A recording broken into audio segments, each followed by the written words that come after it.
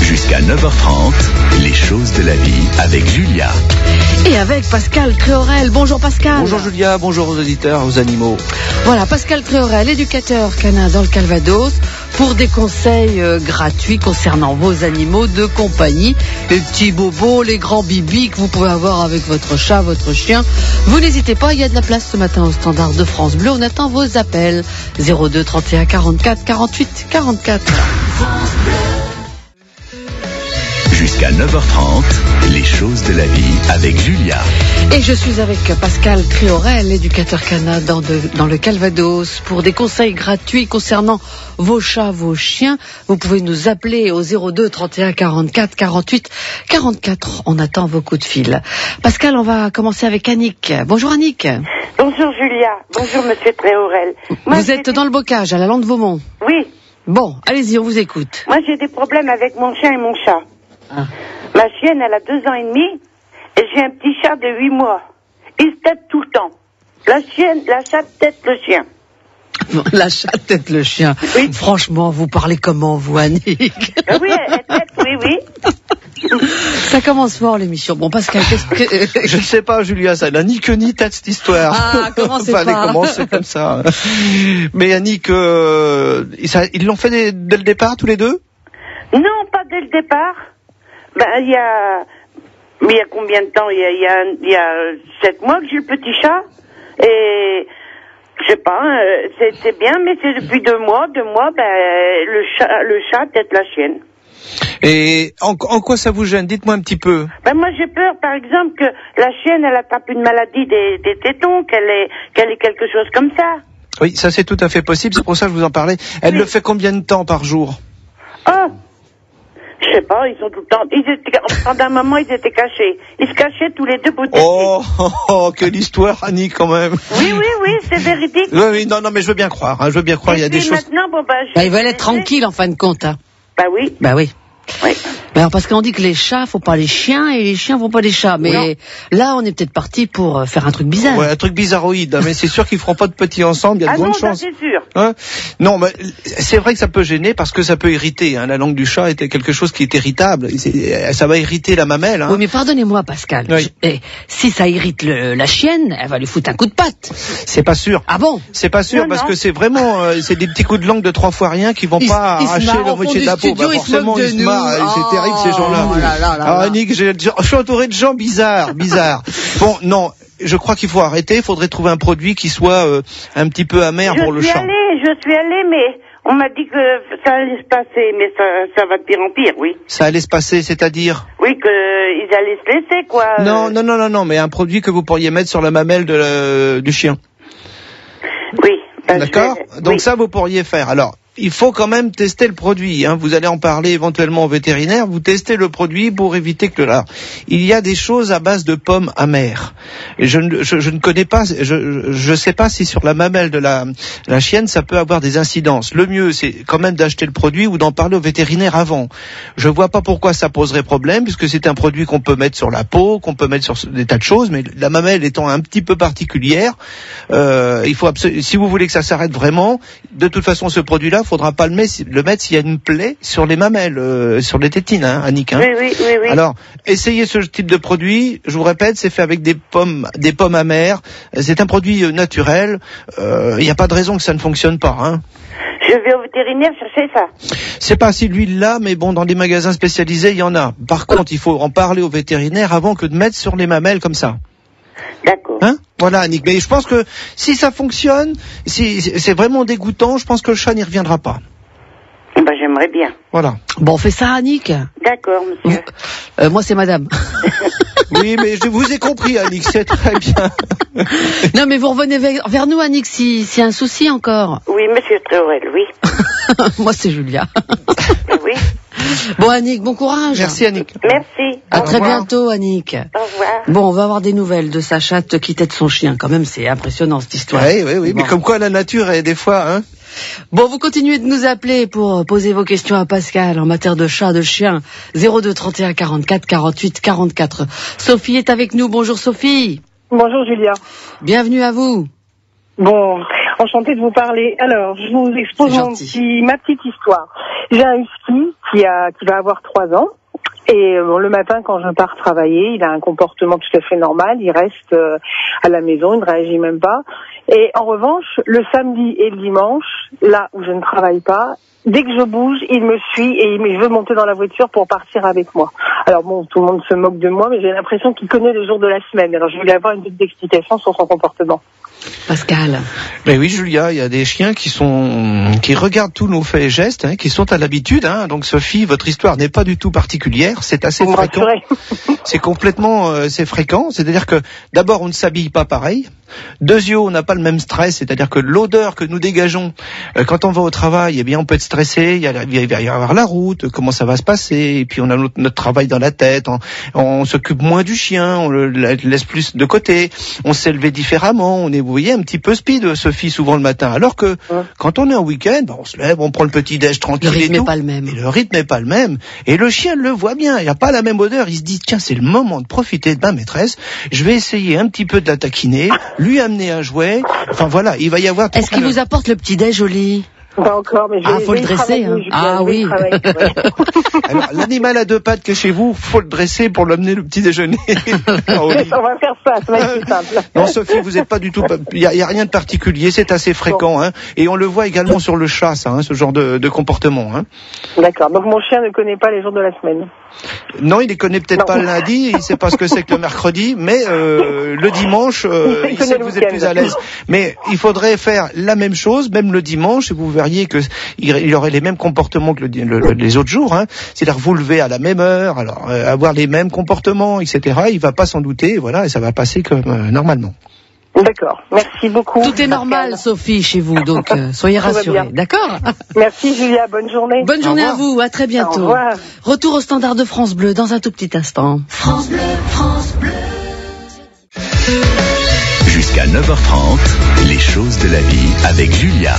Et je suis en compagnie de Pascal Créorel, éducateur canin dans le Calvados, pour des conseils concernant votre animal de compagnie, votre chien, votre chat. Vous nous appelez 02 31 44 48 44. On a un peu de place encore au standard de France Bleu pour vous accueillir. Pascal, on va inviter Jacqueline sur l'antenne de France Bleu. Jacqueline qui est à Colombelle. Bonjour Jacqueline. Bonjour. On vous écoute. Voilà, je vous appelle puisque voilà, j'ai un petit chien qui a 6 mois et là je l'ai eu à 3 mois. Par contre, j'ai un petit problème avec elle parce que elle me mord. Et j'essaie de, vous savez, qu'elle me mord pas, quoi. Je joue avec elle, mais par moment elle me mord. Alors je ne sais pas comment faire pour la calmer un petit peu. Bon. Un chien qui mord sa maîtresse, Pascal, qu'est-ce qu'on conseille à Jacqueline? Eh bien, Julia, un chien, je dis toujours, ça a l'habitude, ça aboie et ça mord. Et ça fait partie de leur façon de vivre, hein. D'accord? Mais il y a des fois, ils dépassent les bornes quand même. Alors, je voudrais savoir, Jacqueline, c'est un mordiment ou une morsure? Non, mordiment. Hein, les mordiments, hein. Ouais. Donc, parce que c'est 2 choses différentes, hein. Une morsure, le chien vient à vous, il vous mord, il vous croque. Ouais. Et là, et c'est douloureux, bien évidemment, hein. Alors que, des petits pincements, ben, on devine un peu ce que c'est désagréable, mais le chien continue, hein. Alors, ça a des incidences par rapport à sa jeunesse, mais il faut que ça s'arrête, hein. Alors, le mordiment, c'est pas compliqué. La prochaine fois qu'il vient à vous et qu'il vous mordille, vous le prenez par le cou, vous le mettez dehors pendant un quart d'heure. Et c'est radical, c'est comme ça, ou dans la salle de bain. Alors, c'est pas la peine de chercher à lui faire mal, parce que souvent on voit des choses écrites en disant faut le prendre et le mordiller, nous aussi. C'est un coup à se faire mordre le visage, donc et puis c'est pas du tout évident, hein. Mais c'est radical. Je voudrais, Jacqueline, vous expliquer par rapport à un mordiment. Le chiot, on est en train de jouer avec lui. Il a encore 6 mois. On joue à la balle, on joue au chiffon et autres, et il s'excite et il vient vous mordiller. Oui. Moi, la solution, c'est d'arrêter le jeu au bout de 5 minutes, parce que le chiot s'énerve et il vient à vous, il vous mordille. Est-ce que c'est ça qui vous arrive? Oui, c'est ça. Hein? Donc, on va changer d'attitude. Au lieu de me jouer avec lui pendant une demi-heure, vous allez jouer 5-6 fois 5 minutes, suffisamment pour l'occuper dans la journée. Mais d'aussitôt que vous sentez qu'il s'énerve et qu'il ne se contrôle plus, c'est là que vous devez arrêter. Et je dirais souvent qu'au bout de 5-6 minutes, ça commence à un petit peu dégénérer. On arrête à 5 minutes, Jacqueline, hein, et on évite d'aller jusqu'au mordiment. Là, comme c'est vous qui le provoquez, vous ne pouvez pas le punir. On ne doit pas provoquer le chien pour avoir de mauvaises réactions, certainement pas. D'accord. Ok, Jacqueline? D'accord, c'est bon, merci. Voilà. Bonne journée, Jacqueline.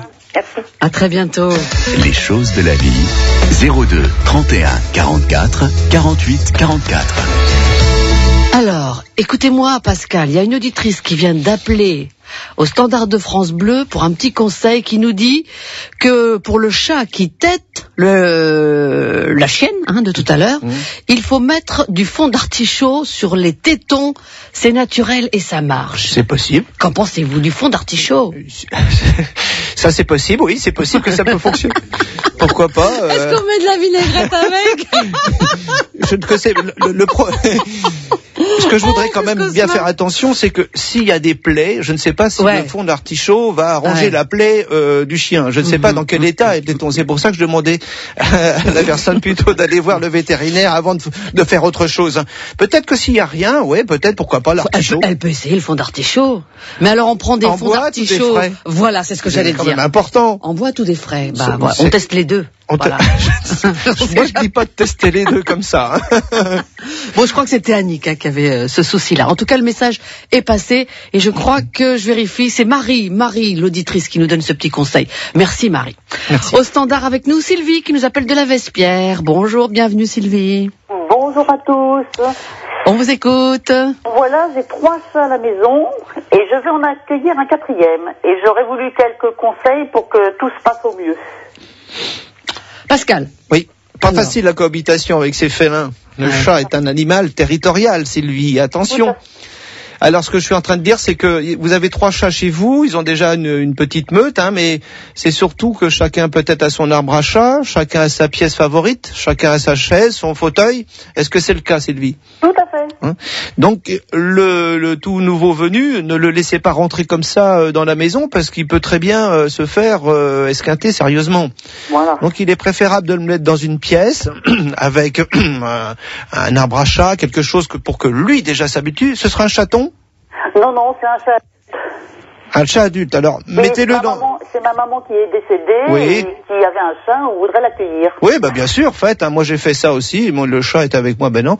Alors, mettez-le plutôt dans une pièce pendant les 2 ou 3 premiers jours, de façon à ce qu'il s'habitue et à vous et à la pièce, et puis vous allez laisser un jour la porte entrouverte. Ne la refermez pas complètement, parce que si toutefois le chat, il y a une bagarre où il se sent pas bien, le nouveau venu, il saura où aller se mettre, ok? Donc...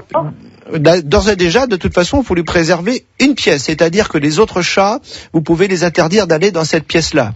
Bien. Ensuite, il va falloir peut-être mettre un diffuseur de phéromones. Je l'indique assez souvent parce que c'est un produit, non pas miracle, j'aime pas le mot, mais qui fonctionne bien pour justement diminuer les anxiétés des chats que vous avez et de celui qui arrive. Souvenez-vous que chacun au départ doit avoir sa litière, c'est-à-dire que le bac à litière on n'y pense pas, on se dit il a qu'à d'aller avec les autres, etc. Si les autres sont là depuis plusieurs années, ça peut très très très mal se passer à la sortie du bac. Donc offrez-lui un petit bac de litière, c'est pas très cher, il existe des bacs à litière Julia de voyage. Non, c'est pas ça, c'est pas le souci. Donc mettez-lui un petit bac de litière de voyage, ça dure 3 semaines, puis après il ira avec les autres. Une fois qu'il se sera accoutumé, tout le monde s'entendra bien. Il peut y avoir des heures. Il est castré, celui que vous amenez, là, il est stérilisé? C'est une femelle et elle a été opérée. D'accord. Bon, voilà, tous ces conseils-là, Sylvie, vous pouvez les mettre déjà en place. Bon, le chat, laissez-lui jour et nuit cette petite porte ouverte pour qu'il puisse y aller. Bien, écoutez, je vous remercie de vos bons conseils. Voilà. On teste ça, Sylvie? Ok, d'accord, merci beaucoup. Et vous revenez vers nous s'il y a encore des soucis dans quelques semaines, d'accord? Merci, bonne journée à tous. Bonne journée, au revoir. Au revoir. Pascal Criorel, on va répondre également à Laurence, qui est à Caen. Laurence, soyez la bienvenue. Oui, bonjour. Allez, on se dépêche maintenant, on fait vite, avant de vous bousculer. Non, moi j'avais une question. J'ai une chatte qui a 7 ans à peu près, qui est stérilisée, tout ça, il n'y a pas de souci. Par contre, toutes les nuits, elle dort sur mon dos. Alors j'aurais voulu savoir le pourquoi. Ce qui fait que vous dormez sur le ventre. Comment ? Vous dormez, vous, sur le ventre? Non, sur le côté. Sur le côté. Ah, d'accord, ok. Elle vous fait un petit caldo, quoi. Elle s'endort, mais vraiment sur tout le long de mon corps et de son corps, et toute la nuit, et c'est toutes les nuits, quoi. Bon, Laurence, je crois que vous avez un grand chat, là. Que j'ai un grand chat, s'il s'endort sur tout votre dos. Dites voir, il n'y a rien de bien spécial par rapport à ça. Le chat vous aime bien. Oui. Bon, il est vrai que bon, peut-être qu'au niveau du dos, il entend justement votre respiration se calmer, etc. On parle souvent du ronron du chat, mais le chat a besoin de notre présence. Il a besoin aussi de nos bruits, etc.